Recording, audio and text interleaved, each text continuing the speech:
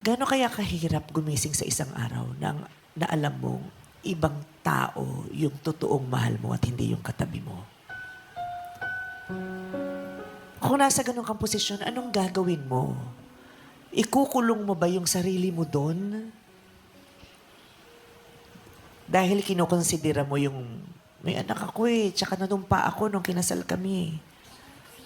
O palalayain mo yung sarili mo?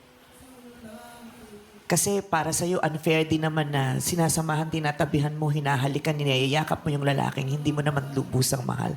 Dahil tuwing ginagawa mo yun, ibang tao ang naiisip mo. Ipaglalaban mo ba yung karapatan mo? Hindi, nanumpa tayo Meron tayong kasulatan, mag-asawa tayo.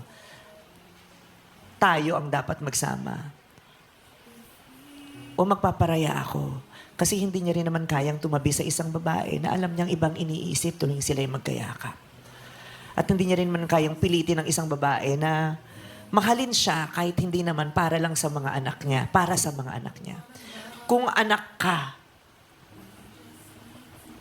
at alam mo yung tatay mo nasasaktan, pakikiusapan mo ba yung nanay mo na wag umalis? Kung nakikita mo yung nanay mo nasasaktan din at hindi na totoong nagmamahal, pipilitin mo ba siyang magstay o sasabihin mo, sige nay, pinapalaya ka na namin at pinapatawad?